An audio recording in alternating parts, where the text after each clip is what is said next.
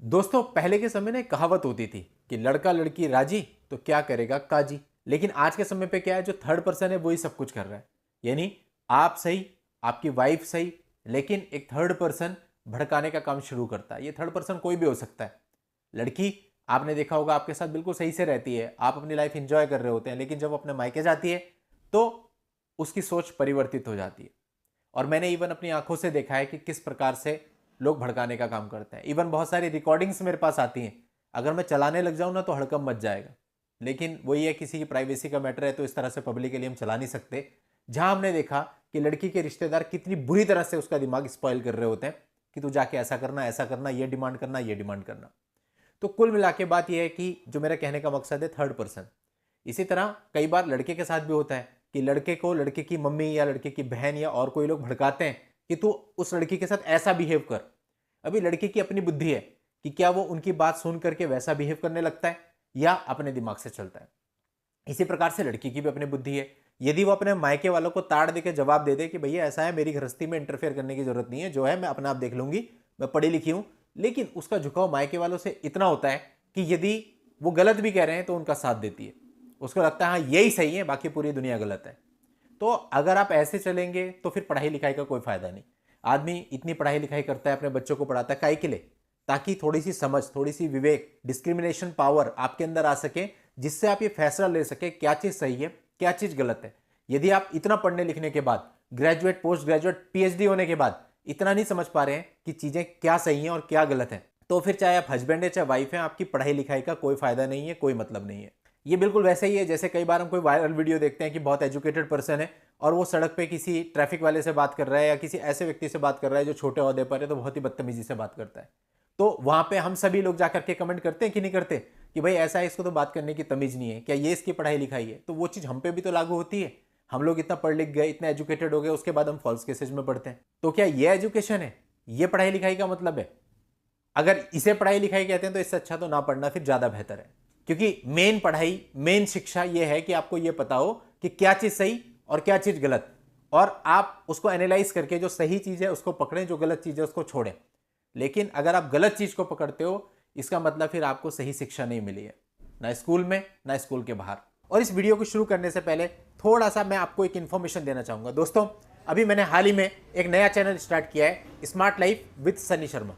और दोस्तों, वहां पे आपके सपोर्ट की जरूरत है। मुझे याद आया जब मैंने सोच पर प्रहार स्टार्ट किया था और मेरे 4-5 सब्सक्राइबर्स थे, व्यू भी नहीं आते थे, तब लोगों ने इस चैनल को पसंद किया था और आज यहां तक पहुंचा दिया। और इसीलिए शायद ये इन्फॉर्मेटिव कंटेंट मैं आप तक पहुंचा पाता हूं। अगर आप लोगों ने तो ट्रस्ट नहीं किया होता, विश्वास नहीं किया होता, तो शायद ये नहीं होता। और वही सपोर्ट अब मुझे मेरे दूसरे चैनल पर चाहिए, जिस चैनल का मकसद सिर्फ यह है कि जितने लोग इस प्रकार से परेशान हैं उनको मानसिक शांति मिले, उनको एक आधार मिले और वो टूटने से बचें। तो दोस्तों, इस चैनल को जल्दी से सब्सक्राइब कर दें।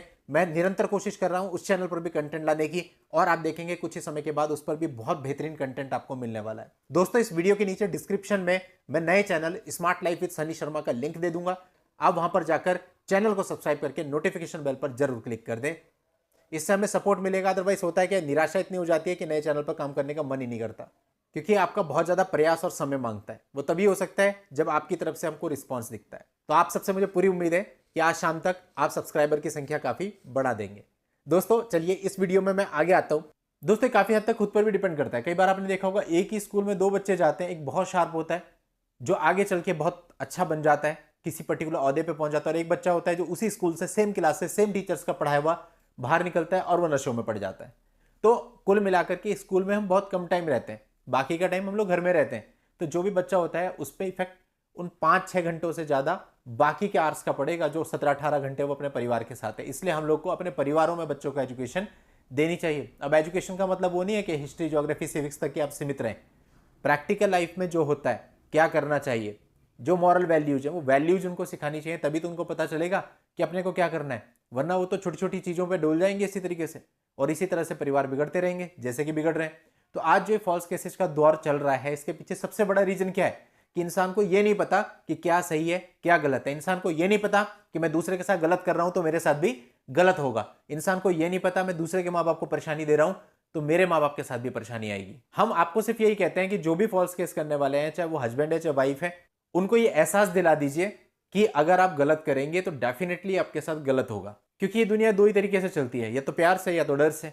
अब कुछ लोग होते हैं जो प्यार से समझते हैं और कुछ लोग होते हैं जो डर से समझते हैं। अब जो जैसे समझेगा उसको वैसे ही समझाना पड़ता है, क्योंकि हर बार तो हम घर में बच्चे को प्यार से समझा नहीं सकते ना। बहुत बार होता है छोटा बच्चा है 2 साल का, हम उसको प्यार से बोलते हैं बेटा ऐसा नहीं ऐसा नहीं, नहीं मानता। फिर क्या करते हैं, चिल्लाते हैं उस पर, डांटते हैं उसको, और या कई बार थोड़ा सा मार भी देते हैं। तब वो हमारी बात को सुनता है, मानता है, और अगली बार के लिए उसको डर भी आता है कि भाई दोबारा मैं ऐसी हरकत करूंगा तो फिर से पड़ेगी। और वो दोबारा से ऐसी हरकत नहीं करता, या करते करते भी अगर वो आपको देख लेता है तो रुक जाता है। क्यों? क्योंकि आपने उसके मन में प्यार के साथ साथ थोड़ा सा डर बैठाया। और यहां क्या होता है, जो फॉल्स केसेज होते हैं तो हम फॉल्स केसेज करने वालों से डर रहे होते हैं, दूसरे के मन में तो डर क्या बैठाएंगे। तो हम उल्टी प्रक्रिया में बह रहे हैं, उल्टे फ्लो में चल रहे हैं, तो फिर रिजल्ट्स क्या होंगे?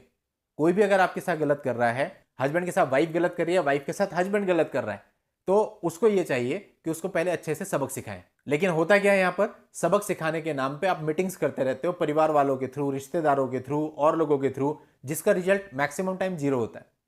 तो कहीं ना कहीं आपको अपनी तरफ से स्ट्रिक्ट एक्शन लेने पड़ते हैं। लाइक आपके साथ कुछ गलत हो रहा है, आपके पास लीगल राइट्स है, आप उन लीगल राइट्स का यूज करो। जब उनको कोर्ट कचहरी भागना पड़ेगा उनको भी समझ में आएगा। यानी जिसने भी आपके साथ गलत किया है, हस्बैंड ने वाइफ के साथ या वाइफ ने हस्बैंड के साथ, तो दोनों ही एक दूसरे पर लीगल एक्शन तो ले ही सकते हैं ना। तो जो भी आपके साथ फॉल्स केसेज कर रहा है, जो भी आपके साथ एक गेम खेलने की कोशिश कर रहा है, उसके खिलाफ स्ट्रिक्ट लीगल एक्शन लीजिए। अब ये बिल्कुल मत बोलना कि साहब कुछ होता नहीं, हम तो करते हैं। होता सब कुछ है, लेकिन मेहनत करनी पड़ती है, स्ट्रगल करना पड़ता है, थोड़े से हाथ पैर मारने पड़ते हैं, तब होता है। अगर आप सोचेंगे स्मूथली कुछ होगा, नहीं होगा। स्पेशली अगर आप हस्बैंड है, अब मैन है, तो आपकी तरफ से एक एफआईआर दर्ज कराना आपके लिए बहुत बड़ी महाभारत है।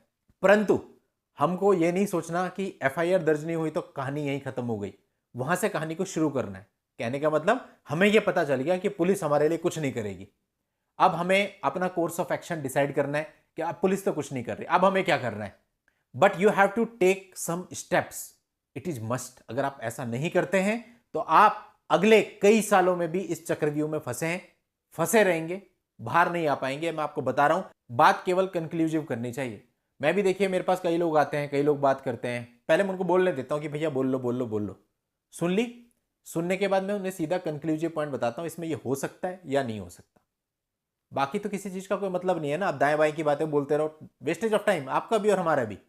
हमें क्या करना चाहिए, जो चीज आप कह रहे हैं उसका रिजल्ट क्या होगा, वो रिजल्ट हमने आपको बता दिया कि भाई इसका रिजल्ट ये है। अब बात सीधी सी है कि अगर आप किसी से भी बात करते हो तो ट्रस्ट रख के करते हो ना, तो इसलिए हमेशा हमें वो बात नहीं करनी चाहिए जो आप सुनना चाहते हैं, हमें वो बात करनी चाहिए जो सत्य है, जो सही है। कई बार होता है कि हमसे कोई लोग बात करते हैं और कहते हैं साहब मैं तो आपके पास सॉल्यूशन के लिए आया था, आप तो ये उल्टा ही बता रहे हो कि भाई इसमें ऐसा हो सकता है। देखिए, आप सॉल्यूशन के लिए आए, वो आपकी इंटेंशन थी। आपका मामला ये कहता है कि आपके मामले में जो चीज आप सोच रहे हैं वो नहीं हो सकती, आपको सही बात बताना हमारी इंटेंशन है।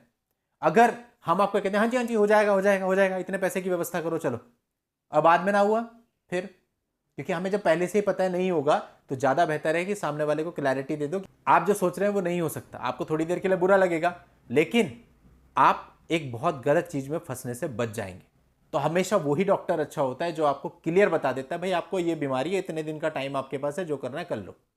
आपको गोल गोल गोल गोल घुमाया, आखिरी में आपको पता चला ये चीज थी, wastage of time and money. ऐसे एक नहीं, आप में से लाखों लोग होंगे जो इस प्रॉब्लम से ग्रसित हुए होंगे। तो दोस्तों, अगर आप किसी से बात करते हो तो आप क्लैरिटी लेने के लिए बात किया करो, आपकी स्टेज पे एक्चुअल में क्या हो सकता है क्या नहीं। ये मत सोचो कि सब पॉजिटिव पॉजिटिव है। अगर आपको सब पॉजिटिव ही बताते रहे और जो चीजें आपके साथ नेगेटिव वो बताई नहीं, तो उसका क्या फायदा मिलेगा? कुछ भी फायदा नहीं मिलेगा, केवल और केवल आपको नुकसान होगा। अब एक ही चीज के कई सारे पर्सपेक्टिव हैं, तो इसलिए दोस्तों आपके लिए बेहतर यह है कि आपको दोनों चीजें बताई जाएं कि भाई आपके फायदे में ये चीज है और आपको ये रिस्क है, आप ऐसा करोगे तो ऐसा हो सकता है। अब मैंने देखा कई लोग इस बात पे बहस करते हैं कि सर आप ऐसे बोल रहे हो ऐसे बोल रहे हो, मेरे पास तो एविडेंस है मेरे पास तो एविडेंस है। मैं तो आपको कंक्लूजन बता रहा हूं अपने पॉइंट ऑफ व्यू से। आप मानोगे तो ठीक, आप नहीं मानोगे तो ठीक, लेकिन आपको संतुष्ट करने के चक्कर में मैं आपको गलत स्टेटमेंट नहीं दे सकता। फिर तो इसका मतलब ये हो गया कि मैं आपसे वो कहूं जो आप सुनना चाहते हैं, तो फिर फायदा क्या हुआ किससे बात करने का। तो दोस्तों, मैं उम्मीद करता हूं आप मेरी बातों को समझे होंगे और पॉजिटिवली लेंगे, क्योंकि यह भी बहुत महत्वपूर्ण होता है कि आप किसी से बात कैसे करते हैं, किसी अधिकारी से या जिससे आप एडवाइस ले रहे हैं। मेरे हिसाब से आपका क्वेश्चन ये होना चाहिए कि साहब ये मेरी कहानी है, ये मेरी स्टोरी लाइन है, अब आप ये देखिए मैं कहां पे स्टैंड करता हूं। और हमेशा अपने नेगेटिव को भी जानने की कोशिश कीजिए, अपने पॉजिटिव को भी जानने की कोशिश कीजिए। देखिए, ये जानिए आप किसी से बात करके कि मेरे केस में क्या क्या नेगेटिव है, क्या क्या चीजें मेरे खिलाफ हैं। जो जो चीजें आपके हक में, जो चीजें पॉजिटिव है वो तो है ही है, लेकिन नेगेटिव को पहले पॉइंट आउट करना है ताकि आपको कोई प्रॉब्लम क्रिएट ना हो। तो दोस्तों उम्मीद करता हूं जिस इंटेंशन से वीडियो बनाया वो आप समझ गए होंगे और आपको इसका लाभ भी मिलेगा। चलिए दोस्तों, आज की इस वीडियो में इतना ही। नेक्स्ट वीडियो में नई जानकारी के साथ मैं आपसे फिर मिलता हूं। तब तक के लिए good bye and thank you for watching. Take care.